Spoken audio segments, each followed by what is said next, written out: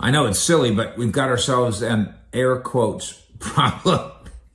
I'm Mike Fisher, your trusty and trusted reporter. Fish at 6, and we'll read all of your comments, of course, over the course of the evening. We'll also invite you to hang out at BetUS. BetUS, they help power the program. Air quotes, wonk, wonk. It was supposed to be the Brian Schottenheimer introductory press conference. There's the 6 bongs on the wall. Kind of. But, of course, that's not quite how we do things around here. Schotty is officially the new head coach of the Dallas Cowboys. By the way, CowboysCountry.com reports on Tuesday afternoon that Matt Eberflus is also official. They are working on Nick Sorensen to be the special teams coach. So they've got themselves a head coach, they've got themselves a defensive coordinator, and they're working on the special teams coach. And we've talked to you about the offensive coach possibility as well. It'll be Schotty's show. So big introductory press conference in the big room, the atrium at the Star, right there in Frisco. And I think we can agree that Schotty was well received by you. Smart, passionate. This ain't his first rodeo as a football coach, but his first crack at being a head coach. And that's cool, and that can work. Really, it can. His first major meeting with the media, and then millions, eventually, of Cowboy fans, including 73,000 fish heads in Cowboy Nation, checking in, and I think well received. But over the course of this long session at the Star, here come owners Jerry and Stephen Jones placing themselves in the spotlight, which is part of what we do here. And in the eyes of many of you, they put on display some of the very problems that have kept America's team from making a conference title game and a Super Bowl in 29 long years. The session opens awkwardly. PR boss Ted Carper, he's at the microphone. Good man, good guy. He knows what he's doing. Usually. They introduce Jerry Jones first, and Tad's going down the line. Tad is on this side of the podium, and he's going down the line. So it's Jerry, Schotty, Stephen. So he decides just to kind of do it in that order. Wonk, wonk. He introduces Jerry, owner, general manager, president, blah. Introduces Schotty, and then there's a smattering of applause, and that's strange enough. There were Schotty friends and family in the audience, no reason for them not to applaud. If I'm Brian Schottenheimer's mom or his wife or his daughter, I'm applauding. That's fine.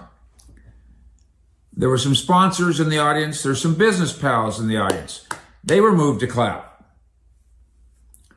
There's also a handful of media people, and I use air quotes on media people. And they clapped. And that's inappropriate. That's not what we do, professionals, big J journalists. You're unbiased. You don't celebrate. It's not what we do. But it got worse. Now, by the way, sidebar, you can make things better for yourself, especially as we get ready for the big Super Bowl. Chiefs versus Eagles. Go to BetUS, BetUS.com. Use the promo code 150, YouTube 150, YouTube 150. That'll get you a 150% discount on your investment in yourself, up to $2,000. Go to BetUS, BetUS.com. Thank you for being part of what we do here. Clapping, which you don't do, and then it got worse. COO Stephen Jones, friend of the show, introduced. So we introduced Jerry. Okay. We introduced Schotty, and people are excited for Schotty. So they clap. I don't know. And then we introduced Stephen.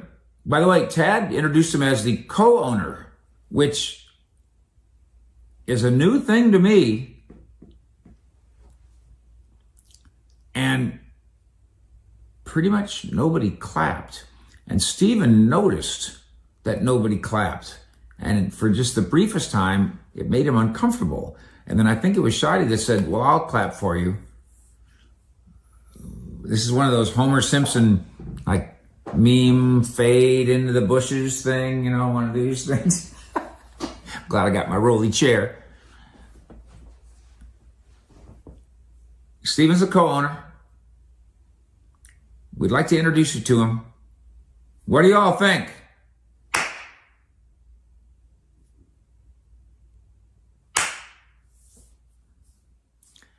It accidentally creates a terrible impression, an impression that I know reflects your reality.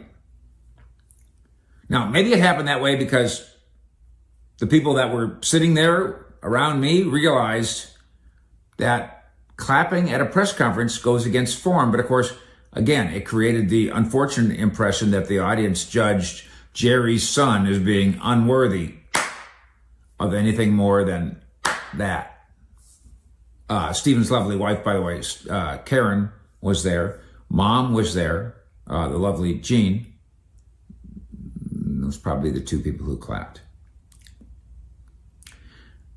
Steven, unworthy of acclaim. An impression that some, you, feel is fortified by one comment,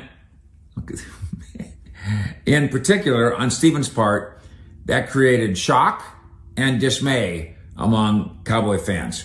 Here's the quote from Steven. And he tried to fix this later in the walk-off, but it's unfixable. Obviously, we're evaluating where it didn't go right in terms of this drought that people say we're in. This drought. He just did one hand, two finger, air quotes.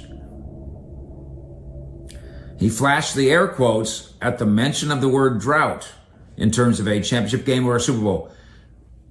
Steven, people say, what do you mean people say you're in a drought?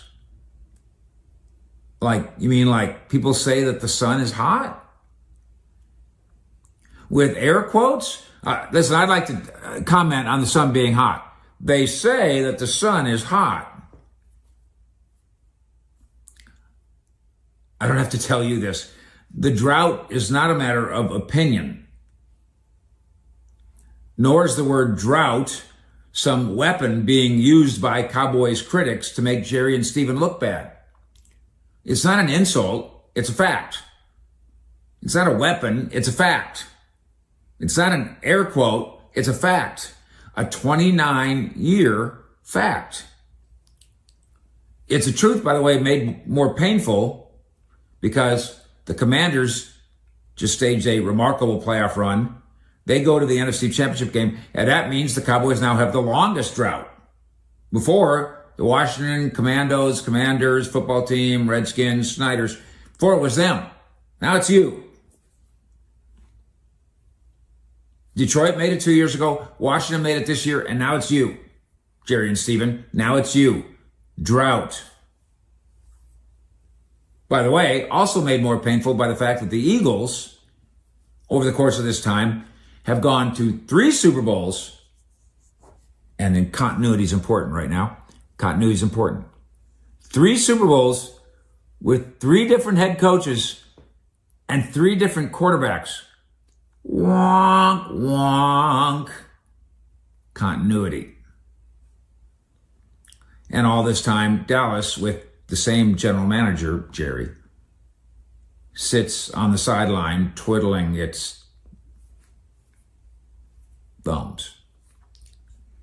What Steven mockingly describes here is a 29-year-long absence from coming even remotely close to the title. This is a stark truth. What you should find bothersome is that if Steven's kind of pretending that it's an opinion and not a truth, why should I change anything to fix an opinion? I would change things to fix a truth. I'm truthfully need to shave, so I'm going to shave. It's an opinion that I need to shave? Maybe I won't.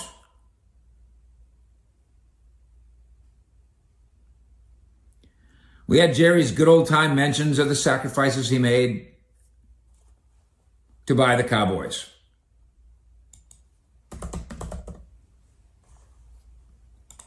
And those are true. Those stories are true. But it doesn't resonate, Jerry. It's 36 years ago. And now you're worth $10 billion. So the fact that 36 years ago you drove a 5-year-old Bronco, that story doesn't work anymore. You're worth the franchise is worth $10 billion. The audience doesn't want to hear the sob story anymore. We get it. You made a sacrifice. Now you're a billionaire. Next. Cowboy fans are ready for news stories. News stories. Stevens' air quote denial of a hard and fast number. My buddy Anthony Goss writing at cowboyscountry.com. To see this circus get to the point and be coupled with blatant ignorance of the temperature around the fan base raises red flags. It's the temperature of the room. You don't want to hear stories, poverty stories from Jerry, and you don't want to hear Steven air quoting facts. Tone deaf. The press conference failure here, and this doesn't mean the football team has to fail, the press conference failure here, the inability of those in charge to read the room. Jerry, the great salesman. How can the great salesman not read the room? Stephen, son of the great salesman, with 36 years now on the job, how can he fail to read the room? The Cowboys really could have used this session. It should have been a feel-good. In some ways, for Shoddy, it was.